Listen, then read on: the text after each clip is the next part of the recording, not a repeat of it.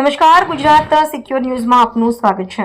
બાવળાના ધનવાડાથી 4 વર્ષનું બાળક લાપતા। 10 કલાકની જહેમત બાદ ધોળકા બાવળા ફાયર વિભાગ દ્વારા બાળકનો મૃતદેહ મળી આવતા ગ્રામજનોમાં ચિંતા અને ભયની લાગણી પ્રસરી।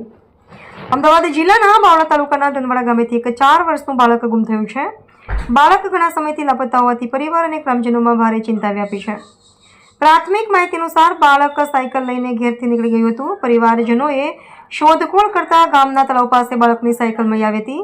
સાયકલ તળાવ કિનારે મળતા બાળક તળાવમાં ડૂબી ગયું હોવાનું પ્રાથમિક આશંકા વ્યક્ત કરવામાં આવી રહી છે। જો કે બીજી તરફ ગામમાં એવી પણ ચર્ચાઓ ચાલી રહી છે કે કોઈ બાઇક સવાર શખ્સ બાળકને પોતાની સાથે લઈ ગયો છે।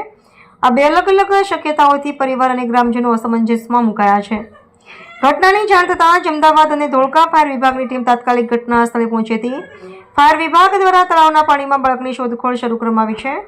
બીજી તરફ પોલીસ પણ આ મામલે સઘન તપાસ કરી રહી છે। બાળક ખરેખર ક્યાં ગુમ થયું છે, બાળક પાણીમાં ડૂબ્યું છે કે કેમ, હાલ પોલીસ અને ફાયર વિભાગ દ્વારા સંયુક્ત રીતે તપાસ કરતા બાળકનો મૃતદેહ મળી આવતા પંથકમાં ચકચાર ફેલાઈ હતી। Reporter Ramesh Solanki, Gujarat secure news, Bavla.